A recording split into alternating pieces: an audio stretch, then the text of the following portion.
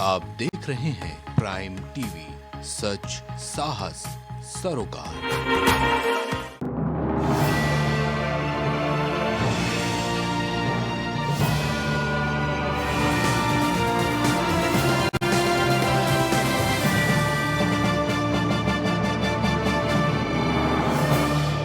नमस्कार, आप देख रहे हैं प्राइम टीवी और मैं हूं आपके साथ नंदिनी यादव। वक्त हो चुका है उत्तर प्रदेश की बड़ी खबरों का रुख करते हैं खबर की ओर। अपने 2 दिवसीय कानपुर देहात के दौरे पर डिप्टी सीएम ब्रजेश पाठक रहे। कानपुर देहात पहुंचते ही डिप्टी सीएम ब्रजेश पाठक ने निर्माणाधीन मेडिकल कॉलेज का निरीक्षण किया। निरीक्षण के दौरान डिप्टी सीएम ने निर्माण कार्य को जल्दी पूरा किए को लेकर जिम्मेदार को जरूरी निर्देश दिए। मेडिकल कॉलेज के निरीक्षण के बाद डिप्टी सीएम जिला अस्पताल पहुंचे। जिला अस्पताल में डिप्टी सीएम ने मरीजों का हालचाल जाना, साथ ही जिम्मेदारों को हिदायत दी कि झोला छाप डॉक्टरों के खिलाफ एक्शन लिया जाए। इसके बाद डिप्टी सीएम अधिकारियों के साथ बैठक करने के लिए रवाना हो गए।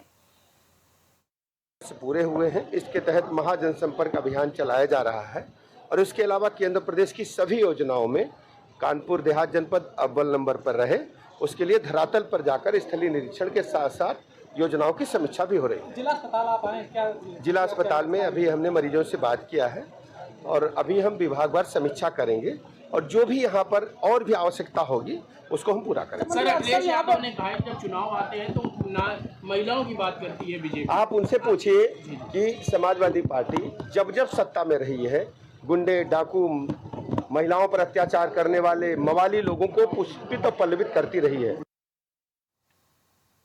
उन्नाव में बीजेपी सांसद मनोज तिवारी ने प्रेस वार्ता की और प्रेस वार्ता में सांसद मनोज तिवारी ने अमेरिका में राहुल गांधी के बयान पर प्रतिक्रिया देते हुए कहा कि अमेरिका में जाकर भारत के लोकतंत्र की निंदा करना ये एक प्रकार का देशहित विरोध कार्य है।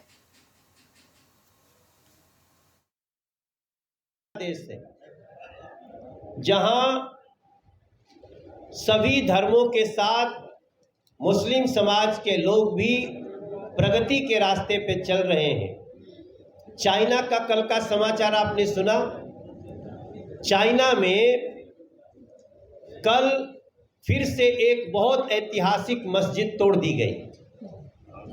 अभी तक चाइना में 8000 मस्जिदें तोड़ दी गई हैं। जरा पूछिए ओवैसी का कोई बयान आया? भारतीय जनता पार्टी के नेता जन जन तक मोदी सरकार की उपलब्धियों को जानकारी पहुंचा रहे हैं, जहां पीलीभीत में भी सरकार के 9 साल पूरे होने पर उनके द्वारा किए गए कामों को नेताओं ने जनता तक पहुंचाया। बताया जा रहा है कि पीलीभीत पहुंची भाजपा के राष्ट्रीय उपाध्यक्ष और सांसद रेखा वर्मा ने कहा कि मोदी सरकार का ध्येय सेवा, सुशासन और गरीबों का कल्याण रहा है।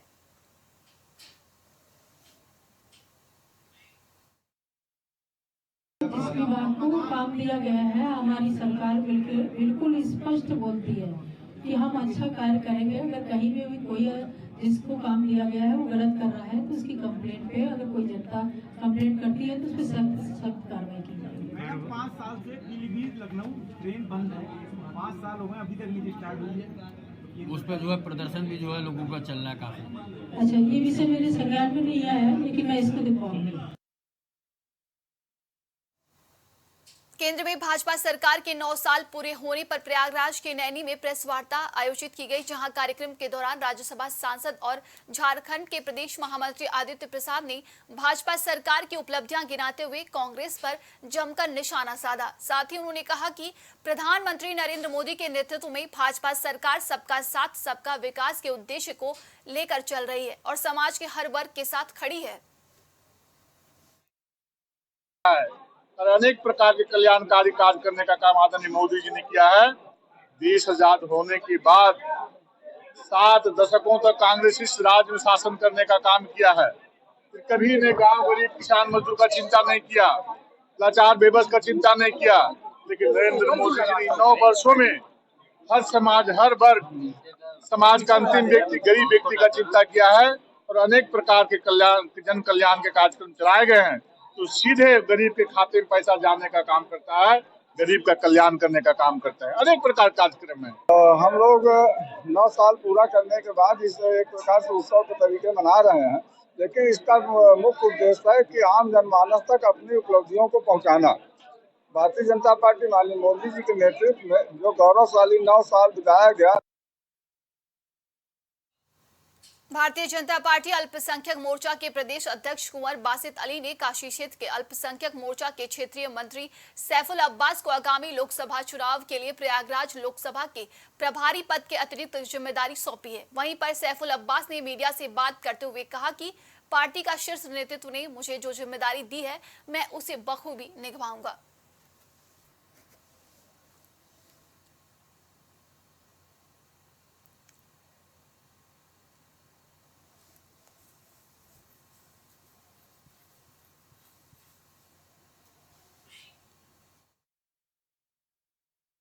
भी काम करते रहते हैं। भारतीय जनता पार्टी सर्व समाज के लिए सोचती है और सर्व समाज की पार्टी है। और प्रयागराज लोकसभा सीट की जो बात है, प्रयागराज लोकसभा सीट पे हमेशा भाजपा का झंडा भी लहराता रहा है और इस समय भी लहरा रहा है। भारतीय जनता पार्टी को आशीर्वाद पूर्व में मिलता रहा है प्रयागराज सीट से और इस बार भी मिलेगा। प्रचंड जीत होगी, कुल बहुमत से सरकार बनने वाली है।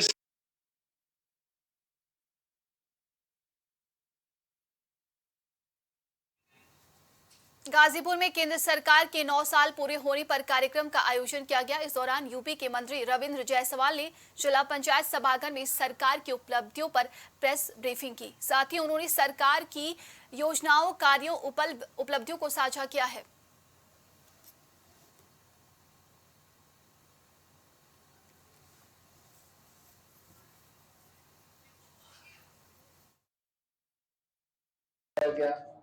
रेल के स्ट्रक्चर बनाए गए, स्प्लिट ट्रेन के वंदे भारत ट्रेन 7 ला दिए गए हैं। साथ ही साथ पूरे गाजीपुर में बात करना चाहूंगा तो गाजीपुर में हमने करीब 9 साल के अंदर 6,076 करोड़ रुपए के परियोजनाओं से हर साल, इस साल अभी लास्ट ईयर में 300 के आसपास परियोजना आई है।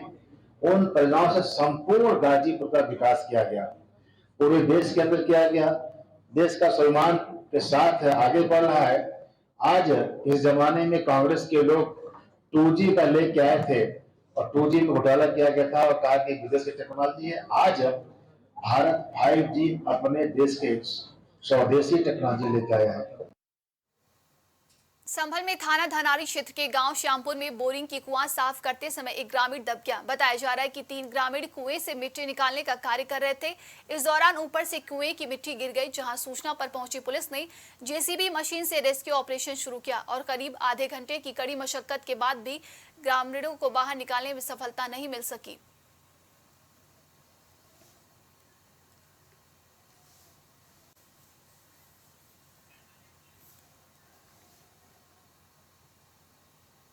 उत्तर प्रदेश की राजधानी लखनऊ में दबंगों के खिलाफ गोमती नगर थाने में एफआईआर दर्ज कराना एक परिवार को भारी पड़ गया। बताया जा रहा है कि एफआईआर लिखवाने के बाद आरोपियों के खिलाफ पुलिस ने कोई कार्रवाई नहीं की, बल्कि लिखवाई गई एफआईआर में सुलह समझौते के लिए न सिर्फ आरोपियों ने परिवार पर कहर बरपाया, बल्कि गोमती नगर थाने की पुलिस ने पीड़ित के परिवार को बुरी तरीके से मारपीट कर हवालात में बंद कर दिया और मारपीट की पूरी वारदात मौके पर लगे एक सीसीटीवी कैमरे में कैद हो गई, जिसके बाद पीड़ित परिवार ने पुलिस के उच्च अधिकारियों से इसकी शिकायत दर्ज करवाई है। ये ओम यादव आए, वहाँ पे मुझे घसीटते हुए मारे। उसके बाद इनके हाथ में फ़ोन भी था, ये फ़ोन भी कर रहे थे, एक हाथ से मेरी गर्दन दबाए थे। उसके बाद मुश्किल से 2 मिनट भी नहीं हुआ, तुरंत उधर से गाड़ी आई, तुरंत मेरे कैमरे में भी है, उधर से गाड़ी आई, बस मुझे तुरंत बगैर पूछे ही पटापट 4-5 घंटा मारे ये लोग, उस पुलिस वालों ने। और फिर उसके बाद ये कहें बंद, इसको पकड़ के ले जाइए, बस तुरंत ज़बरदस्ती मुझे पकड़ के ले गए। हमने कहा मेरे पिताजी आ जाएं तब ले जाएंगे, यहाँ चौकी ले गए। चौकी से ये लोग भी थे, ओम यादव उनकी माता जी, हम उनके सामने कहा मेरे पिताजी आ जाएंगे तब चलेंगे। वहाँ से फिर मुझे थाने लेके चले गए, मुझे अंदर कर दिया गया। ये लोग बाहर बैठे रहे, कुछ भी लिखवाए हो कुछ भी, मुझे शाम तक बैठाए रहे वहाँ पर। और सचिन यादव फरार हो गए, कहा भी गया कि सचिन यादव को बुलाइए, वो पीछे वाले गेट से भगा दिया गया, उनको नहीं आए। मैं आशीष वर्मा सर, जब मैं यहाँ से अपने घर से नहा धो के पूजा करने भंडारे का प्रसाद देने जा रहा था, वहाँ पे सचिन यादव डंडा लेके हमको रपटाया। पहले मारा वहीं पे, एक हाथ पे मैं गिर गया। उसके बाद में कुछ दूर तक हमको दौड़ाते हुए लाया, फिर फेंक के डंडा मारा। हमारी जेब में 10,000 रुपये और सोने की चैन थी वो छीन ली। जब हमारे मकान के पास में जैसे पहुंचा, वहाँ सीसीटीवी कैमरा लगा हुआ है, वो सीसीटीवी कैमरा के आने से पहले ही पीछे मुड़ के भाग गया। उसके बाद हमने घर पे आके अपने सूचना दी मम्मी पापा को। मम्मी पापा थाने पे गए। उधर से हमारा भाई गोलू आ रहा था, उसको पकड़ के ये लोग कायदे से वहाँ मारने लगे। और उसके बाद में हमारे पापा 100 नंबर पे डायल किए फ़ोन। उसके बाद पुलिस आई नहीं। वो पुलिस इन्हीं की सुन रही, हमारी पुलिस कभी भी नहीं सुन रही। वहाँ जाते हैं, जैसे भी बोलते हैं वहाँ पुलिस को, वो पुलिस वहाँ से डांट के भगा देती है, कहती है यहाँ से जाओ। चीज़ ये थी कि 8 तारीख को होली थी। हम अपने गेट पे अपने कैमरे के ठीक सामने खड़े हुए थे और रंग वाले और जो होली वाले आ रहे थे जा रहे थे, हम वहीं खड़े थे। ये लोग सचिन यादव और ओम, इनका भाई एक छोटा है संकेत और एक है मनीराम, एक सोनू, ये सब मिलके होली खेल रहे थे। नशे के हालात में थे, हमें पता नहीं था, हम गेट पे खड़े हुए थे। उसके बाद ये सब आए धीरे धीरे करके और हमको उठा कर कस के पटक दिया। हम समझ नहीं पाए, नहीं हम अपने अंदर हो जाते। उसके बाद पटक दिया। हमारे सीसी कैमरे में है सब। हमने फिर पुलिस को फ़ोन हमारे बच्चों ने किया। उसके बाद पुलिस आई, फिर हम बेहोश हो गए। हम ईंटा मार दिया था हमारे, तो सर मेरा फट गया। लात घूंसों से मारा, हमारी हड्डी टूट गई सीने की, फिर ब्लड आ गया मेरे मुंह से। फिर वो लेके गए हमको सरकारी अस्पताल में, हमारा वो करवाया सब। अलीगढ़ में कांग्रेस पार्टी महिला पहलवानों के समर्थन में उतरती हुई नजर आ रही। बताया जा रहा है कि महिला पहलवानों को न्याय न मिलने के कारण लगातार महिला पहलवान दिल्ली में प्रदर्शन करते हुए नजर आ रहे हैं। साथ ही इसको लेकर पहले भी किसानों के द्वारा समर्थन देने की बात कही, तो वहीं अब कांग्रेस पार्टी के द्वारा महिला पहलवानों को समर्थन देने की बात कही गई, जिसको लेकर उनके द्वारा एक प्रेस वार्ता भी की गई है। ये इल्ज़ाम लगाया है कि उनका जिस्मानी तौर से इस्तेहसाल हुआ है।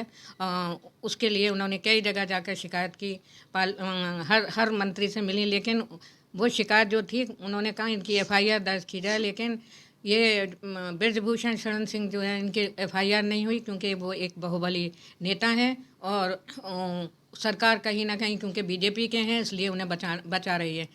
कानून ये कहता है सबूत नहीं मिल पा रहे हैं तो हाँ, सबूत नहीं मिल पा रहे हैं। ये तो कोर्ट बताएगी कि सबूत मिले या नहीं मिले। जांच तो होगी। FIR ये कहता है कि अगर कोई महिला जाके ये शिकायत करती है कि उसके साथ में किसी ने छेड़छाड़ की है या कुछ गलत हरकत की है, तो उसको सबसे पहले गिरफ्तार किया जाता है। लेकिन इनके साथ ऐसा नहीं हुआ क्योंकि ये एक बाहुबली हैं। क्योंकि देखिए, पहले जो है इनका जो है FIR दर्ज नहीं हुई, फिर किसी तरह से FIR जो है कोर्ट के थ्रू जो है ना दर्ज कराई गई, और फिर उसके बाद जो है उनको जो है एक तरफ जो है संसद का उद्घाटन हो रहा था, दूसरी तरफ जो है महिलाओं के साथ अत्याचार हो रहा था, उनको बुरी तरह से मारा जा रहा था, घसीटा जा रहा था, और सरकार चुपचाप देख रही थी। सरकार ने तो एक नारा दिया था कि बेटी पढ़ाओ बेटी बचाओ, लेकिन जो है उसमें कहाँ बेटी बच रही है। बेटियों को तो सरेआम जो है ना मारा जा रहा है, उनकी इज्जत को लूटा जा रहा है। क्या यही सरकार यही काम करती है? और दूसरी बात मैं ये कहना चाहती हूँ कि अगर जो है सरकार, ये बताइए सरकार उनके साथ क्यों है?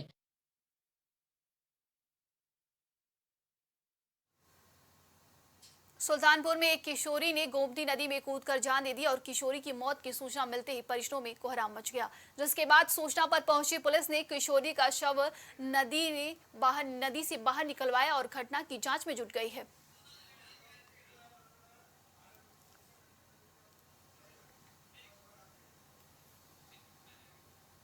उन्नाव के गंगा घाट कोतवाली के एक गांव में गैंगरेप पीड़िता के घर बाहर 3 युवकों ने फायरिंग की। बताया जा रहा है कि 6 साल पहले महिला की बेटी के साथ दुष्कर्म की घटना हुई थी और महिला ने पुलिस से सुरक्षा ले रखी थी, जिसके बाद बाइक सवार 3 युवक घर के बाहर पहुंचे और फायरिंग की। वहीं फायरिंग की घटना CCTV में कैद होने के बाद महिला में 3 लोगों के खिलाफ मुकदमा दर्ज कराया है। फिलहाल महिला पुलिस मामले की जाँच पड़ताल में जुट गई है।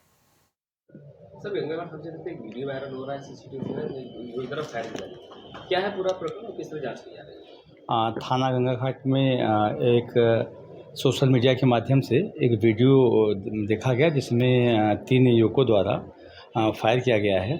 उसमें संबंधित पीड़िता द्वारा तहरीर लेकर के अभियोग पंजीकृत किया गया है। आगे जो भी तथ्य आएंगे उसके आधार पर आगे कार्रवाई की जाएगी।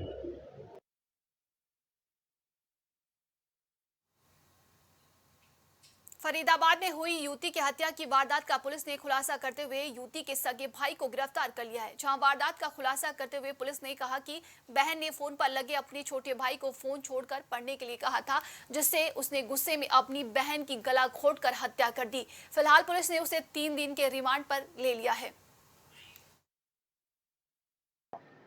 वैसे वो पढ़ाई में थोड़ा सा कमज़ोर था, तो उसकी बहन उसको हमेशा ही बोलती रहती थी कि थोड़ा पढ़ाई पे ध्यान दे, पढ़ाई पे ध्यान दे। वो इस बात से काफ़ी टाइम से नाराज़ था और उस दिन उसके माता पिता यूपी में शादी में गए हुए थे अपने पैतृक गांव में, और वापसी में मतलब वो आने से पहले ही उसने मौका देख के, तो बहन ने कहा तो पढ़ ले, नहीं तो मैं पापा को बताऊँगी, मम्मी को बताऊँगी, तो फ़ोन में लगा रहता है। तो इसी वजह से उसने गुस्सा आया और बहन की उसने गला दबा कर हत्या कर दी और मौके से फरार हो गया। जब अगले दिन जब उनके माता पिता यूपी से आए अपने घर पे, जहाँ यहाँ रहते हैं फरीदाबाद में, तो उन्होंने देखा कि उनकी बेटी की मतलब मरी पड़ी है, तो और बेटा घर पे नहीं है, तो उनको डाउट हुआ कि कहीं बेटे की काम ना हो।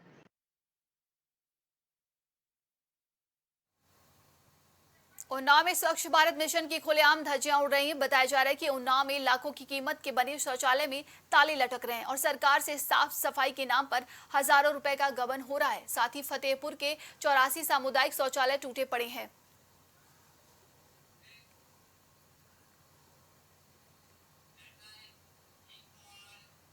बदायूं में विकासखंड जगत की ग्राम पंचायत कतरा खगेई के कुछ दिन पहले ग्रामीणों ने जिलाधिकारी को एक लिखित शिकायत पत्र दिया था, जिसमें लेखपाल सत्येंद्र सिंह ने तालाब और शमशान की जमीन का बैनामा अवैध रूप से दूसरे लोगों के नाम कर दिया था। वहीं इस मामले को संज्ञान में लेते हुए जिलाधिकारी ने इसकी जांच उप जिलाधिकारी सदर को सौंपी है।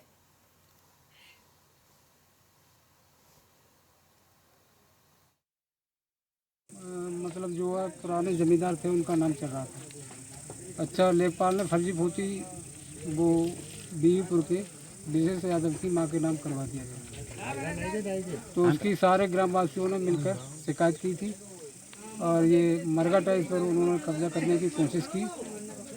और ये नाला गांव से 500-600 मीटर का बना हुआ है। इसका पानी सारे गांव का आता है इसमें तालाब में। जो एसडीएम साहब आज आए थे, जी, उन्होंने आपसे क्या कार्रवाई कही है? आपसे वो मुआयना करके यहाँ से चले गए हैं और कार्रवाई का उन्होंने भरोसा दिलाया। ग्रामवासी जो है माननीय जिलाधिकारी महोदय से मिले थे। एक नंबर है 139 जो कि तालाब का नंबर है, उस पर अवैध कब्जे को लेकर के शिकायत की गई थी। तो आज हमने ग्राम पंचायत भवन में ग्रामीणों के साथ समस्या को सुना और उनकी समस्या को मौके पर ही आकर के समाधान करा दिया। कुछ जगहों पे नाली पे मिट्टी डाल करके बंद करने का प्रकरण था, उसको खाली करा दिया। तो उसके आगे जो अभी आपने जांच करी है, तो ये जगह खाली होगी सर कि मतलब क्या है? मौके पे तो जगह खाली है, आप सबने देखा है, लेकिन अब यह है कि डिमार्केशन के बाद जितना भी होगा उसका पूरा पोर्शन खाली कराया जाए। हरदोई की सुरसा पुलिस ने 25,000 के इनामी शातिर को गिरफ्तार किया है। बता दें कि इनामी गिरोह बनाकर गोखुशी के अपराधों को अंजाम देता था और पुलिस ने घेराबंदी कर आरोपी को गिरफ्तार करने में सफलता हासिल की है। ये आरोपी गैंगस्टर लगने के बाद से फरार चल रहा था। पकड़े गए आरोपी ने पूछताछ में अपना नाम यामीन बताया, जो कि टांडा बादली थाना टांडा जनपद रामपुर का निवासी था। साथ ही आरोपी सुरसा थाने पर गैंगस्टर एक्ट में वांछित चल रहा था। अब पुलिस ने गिरफ्तार आरोपी को जेल भेज दिया है। सुरसा पर गैंगस्टर का मुकदमा पंजीकृत हुआ था, जिसमें अभियुक्त यामीन काफ़ी समय से फरार चल रहा था। इस पर पुलिस अधीक्षक महोदय द्वारा 25,000 का इनाम रखा गया था। इसी क्रम में थाना स्तर से कई टीमें लगाई गई थी। उसी क्रम में कल रात में जो है ये पकड़ा गया है, उस पर पुलिस द्वारा कार्रवाई की जा रही है।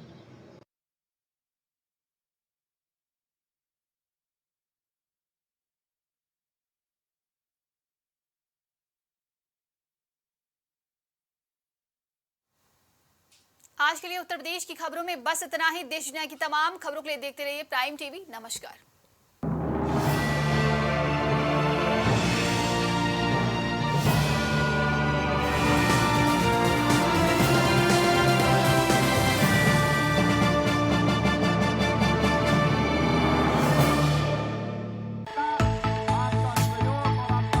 कुछ भाव पुष्प।